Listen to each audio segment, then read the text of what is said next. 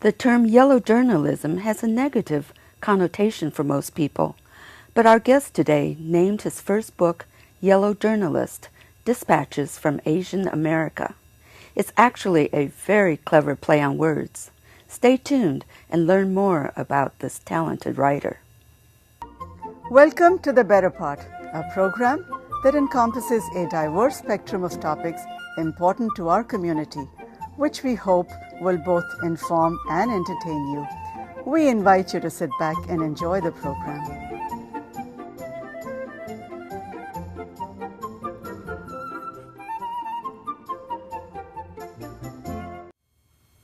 William Wong is a journalist, author, and oral historian, born and raised in Oakland, California's Chinatown.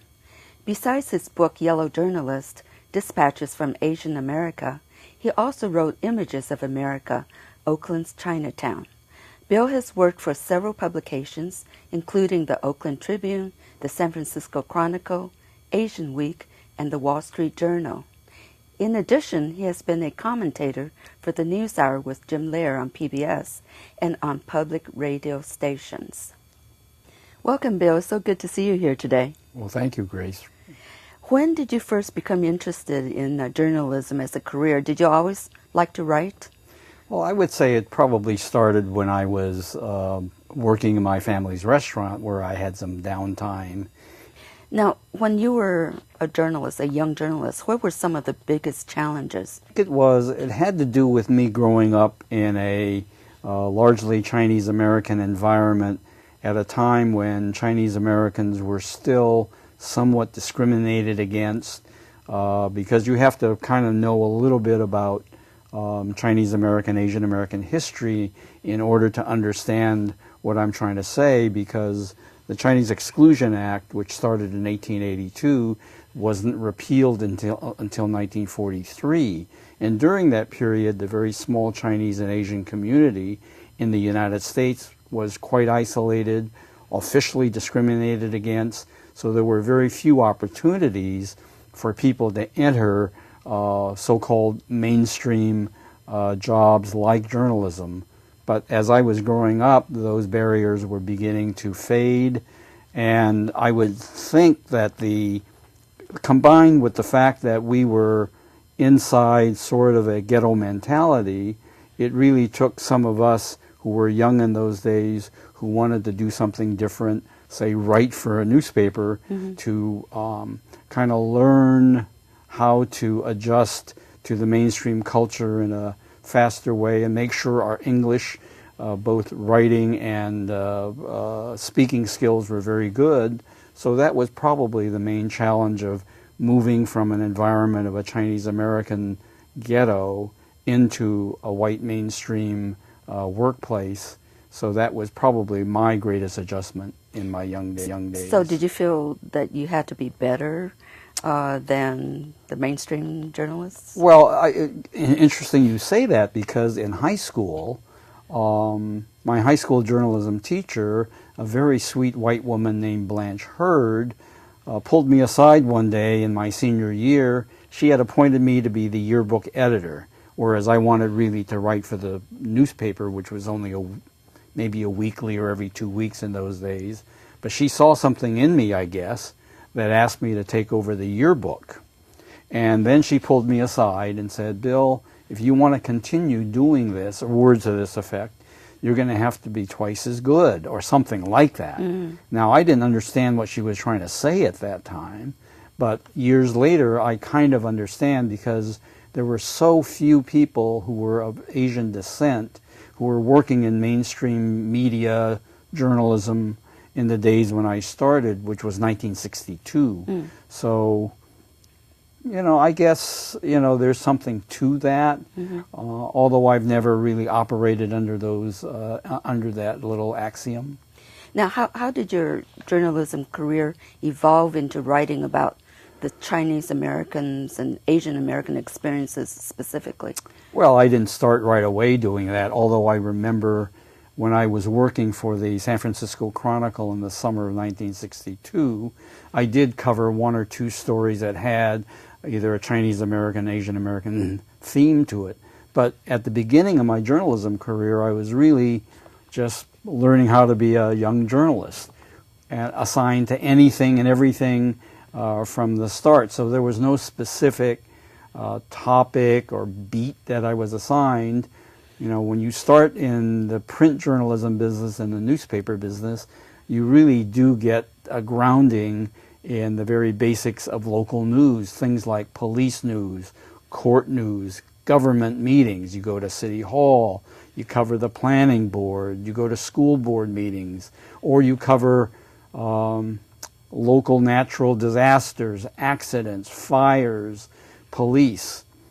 None of those has an ethnic theme to it. Right. So throughout my early years, and then when I joined the Wall Street Journal, I had 2 years of experience in regular daily journalism. When I joined the Wall Street Journal was a paper that had specialties in business and finance, but it also did a little general news of a national nature. So all of that time, I was basically just writing stories of a general interest.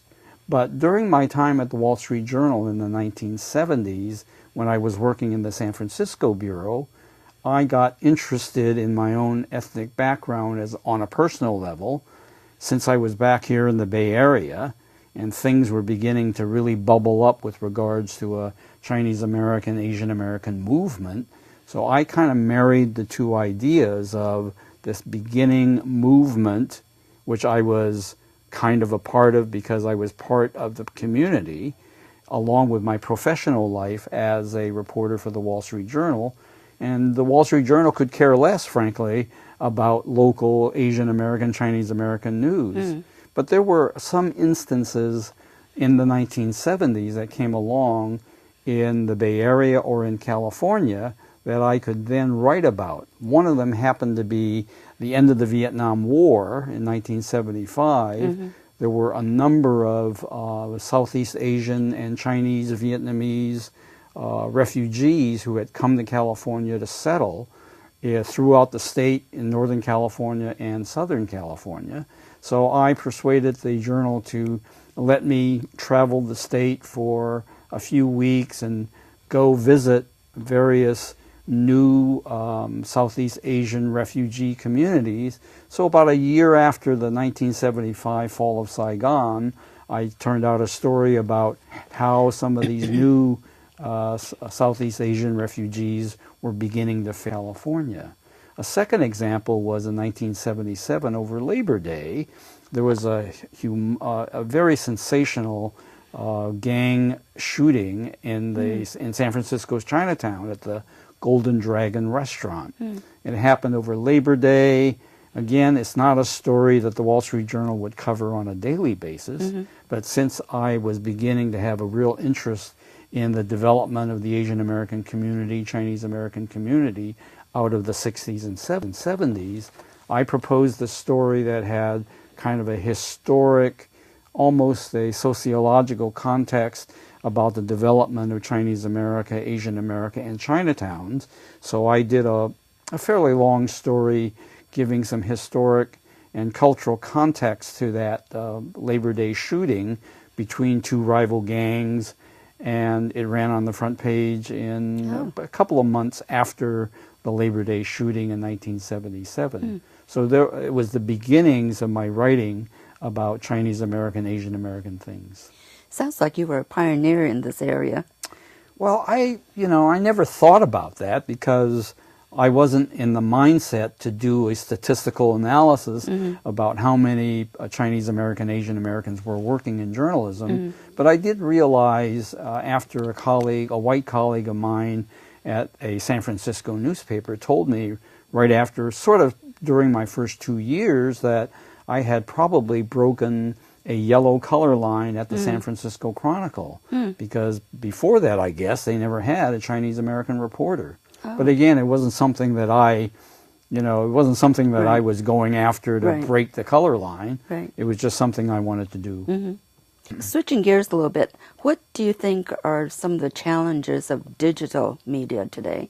Well, let me tell you that I am officially retired, so I have nothing other than doing a little blogging, I have no real experience inside a more digitized newsroom. But as a sort of an experienced observer, I would say the challenges of digital journalism is whether or not enough digital journalism meets what I consider to be standards of old journalism. And I don't want to sound like an old codger here, but the idea that a journalist who's a serious journalist needs to get his or her facts straight, needs to get as many sources of information to talk about the subject at hand given the time frame. And I'm afraid that in some instances that I've seen in prisms of digitized journalism, there's not as much care taken to make sure you have accurate information or all the factual information that you can gather within a short time frame. And digital journalists may not either have the time or the inclination to talk to more sources that make the story fuller, because the time frame is very tight. People are very eager and anxious to get online quickly, even more so than the old wire service days. Tell us about your first book, Yellow Journalist, Dispatches from Asian America. How did you decide upon that title? Well, the title is an interesting play on words. I would agree on that. And I'm familiar with the idea of yellow journalism being this sensational journalism that was started probably in the days when William Randolph Hearst was at his height in the late 19th century, early 20th century. And he and Joseph Pulitzer, among other big newspaper titans of the day, were in circulation wars, and they would run very sensational crime stories, or in a few cases they would make up stuff, you know, of a sensational nature, just so that the headlines in those days would be very big and grab the audience, because that was the way to grab attention, with big sensational headlines and big crime cases. And in the case of the Hearst newspapers, I think they even printed on yellow paper these very, you know, sensational stories, the tabloid stories of the day. And that's how it began. So I was familiar with the sort of the negative cultural aspects of yellow journalism. But marry that idea with the rise of the Chinese American and Asian American communities following World War II, and the sort of the follow-up to the civil rights movement in the 1960s. The civil rights movement that came out of the South, led by Dr. Martin Luther King, had tremendous impact on a lot of other groups that had very little power, that had been sort of institutionally discriminated against in American society. The feminist movement came out of the civil rights movement. The gay and lesbian movement came out of the civil rights movement. So did the Latino movement come out, but so did the Asian American Yellow Power movement come out. So when I was pulling my book together in 1999 or 2000, I thought it would be a clever use of the term, because yellow becomes sort of the shorthand slang for people of Asian descent who are beginning to move into mainstream society, who were growing in numbers, growing in power, and kind of competing in the American cultural marketplace. And the sensational nature of yellow journalism in its original form, so I put the two together as a way of catching somebody's attention, because an author tries to do that with the book. So I thought it was an appropriate acquisition of that, you know, iconic double meaning term, because the book is really a collection, roughly, I think 75 of the various pieces that I've written in various journalism print outlets, including, I didn't put anything from my Wall Street Journal days, because that was a little too old in some ways. But from the stories and columns, commentaries, and analysis that I had done in the Oakland Tribune and in Asian Week and a few other publications, I pulled together a sort of a broad picture of the Asian American, Chinese American movement according to certain topics like immigration and affirmative action and gender wars and academia and sports and media and race relations and stereotyping and all of that. And I found that through my writing career I had pulled together enough pieces.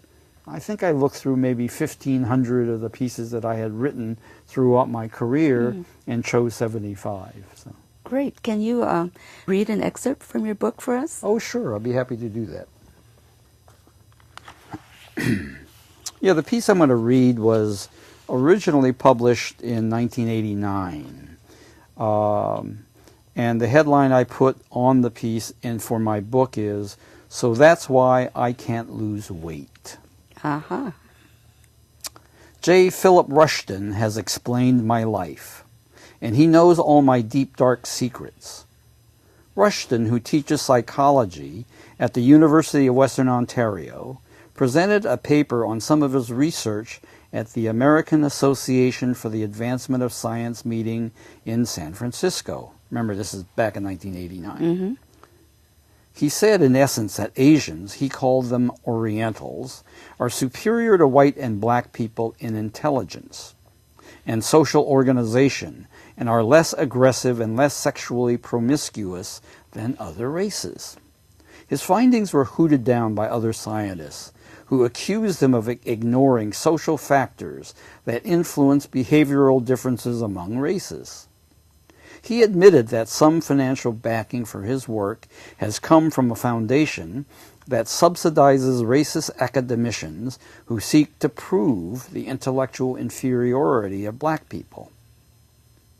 Rushton's theories strike me, a non-scientist, as silly, inflammatory, and, well, racist.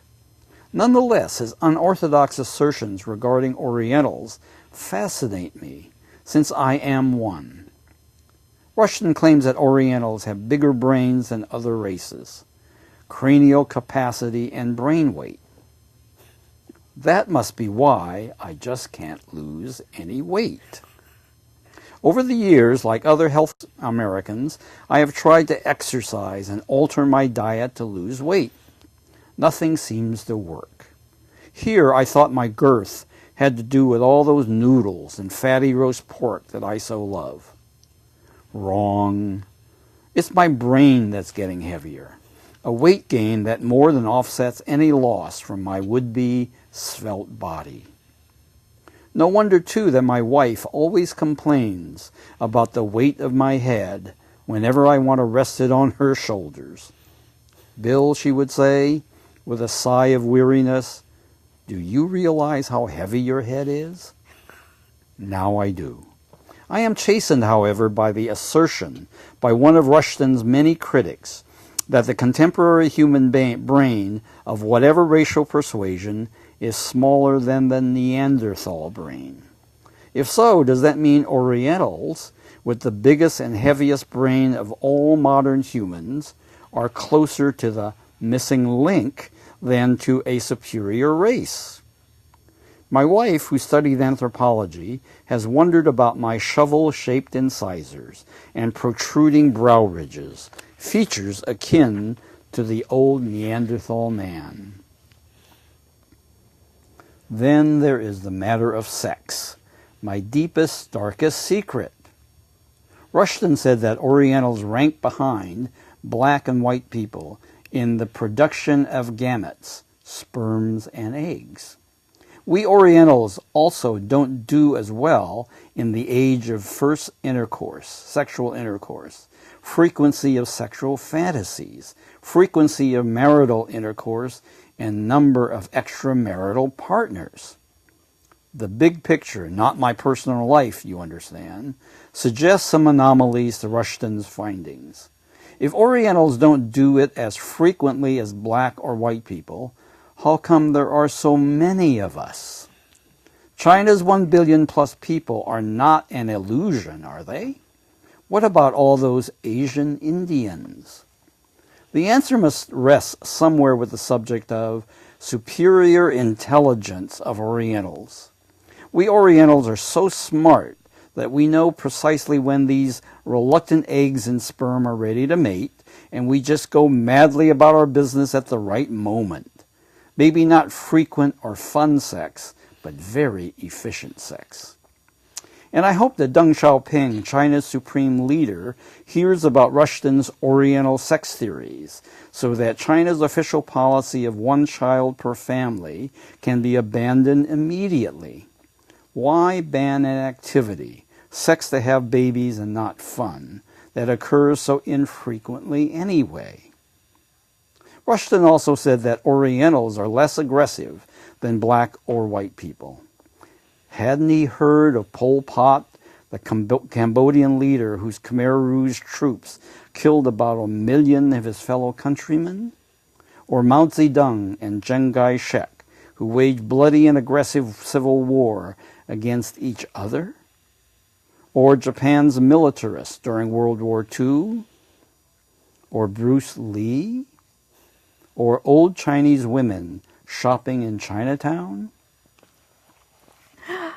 Oh, that was very enjoyable, Bill. Thank I you. really enjoyed that. Well, Now- that's an example of the kind of writing that I did. I didn't do all of my columns in sort of a satiric, sarcastic voice, but this man's theory presented in 1989 were so off the chart. Right. And he was criticized for it at the time, but I wanted to weigh in with a kind of an interesting perspective on that. Well, now I know why I can't lose weight, thanks to you. Now, your second book, Images of America, Oakland's Chinatown, Right. is a beautiful pictorial history going back about 150 years. Tell us a little bit about this book while we see some photographs. Sure. The Arcadia Publishing Company is based in North Carolina and has thousands of titles of very local photo histories, down to even neighborhoods, but mostly cities and municipalities and themes like that. So they approached me in early 2004, I believe, seeking to have some inroads in the Northern California market, and they asked me whether I wanted to do a photo history book of Oakland Chinatown. Well, I'm a print person. I don't necessarily deal with photographs or images very much, but the idea intrigued me because by that time I had, developed a real interest in my hometown's Chinatown, where I grew up, where my parents and my sisters all came of age. So I took the assignment, and they gave me 5 months to produce in their format, which is roughly 200 images. So I just went madly about my business, contacting friends and family, because I had already a reputation as being a writer at the Tribune. People knew me, knew some of the themes I wrote about. So they were very cooperative in letting me into their home, showing me their personal albums. And so I did what I consider a photo curating job. But I also needed to learn and relearn some of the broad strokes of Oakland Chinatown history by reading the few pieces of text that there were about it, and then conjuring up my own family's memories and experiences in Oakland Chinatown. So I decided to just pull together a book of both of photos of people and families, as well as photos that depicted certain activities, work, relaxation, politics, things like that. So I really enjoyed the process because I learned a lot more about Oakland Chinatown's history. I learned more about people who lived, the pioneers and some of the heroic figures of Oakland Chinatown history. And from that, after I finished the book, which came out, I think in the summer of 2004, I decided to launch an oral history project to contact as many of the living children of some of these pioneers who made Oakland Chinatown what it was. We're just about out of time, but tell us briefly about your fascination with Jeremy Lin. I understand you're a pretty big fan. I'm a huge fan. I'm Lin Sane. And it's interesting that now that we're talking at a time when he just changed teams from the New York Knicks, which he kind of made kind of revived that franchise, and will be playing for the Houston Rockets. But my principal interest is that he really represents a breakthrough for Chinese American, Asian American men especially, because there's never been in the history of our existence in this country somebody like him who is now so famous that he goes to all these Hollywood parties and has a lot of followers who don't necessarily follow basketball. So he's really broken through in the sense that very few others, nobody else has done it to that degree. And if you're a basketball fan, you will appreciate this young man's skills, especially in a sport that's dominated by African Americans.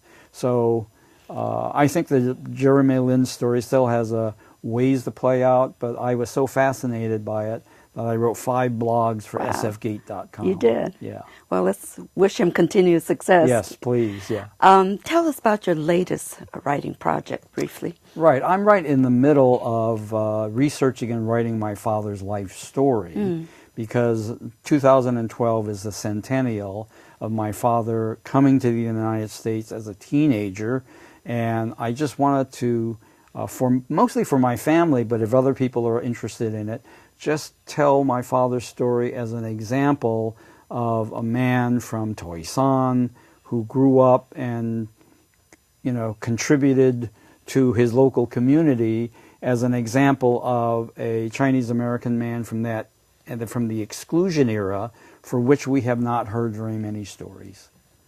Well, Bill, thank you so much for being with us today. I really enjoy hearing about your story. Well, I'm happy to be here, and thank you for asking me. Thank you for being with us today. Please look for some of our programs on YouTube and tune in again next week to The Better Part. Bye-bye.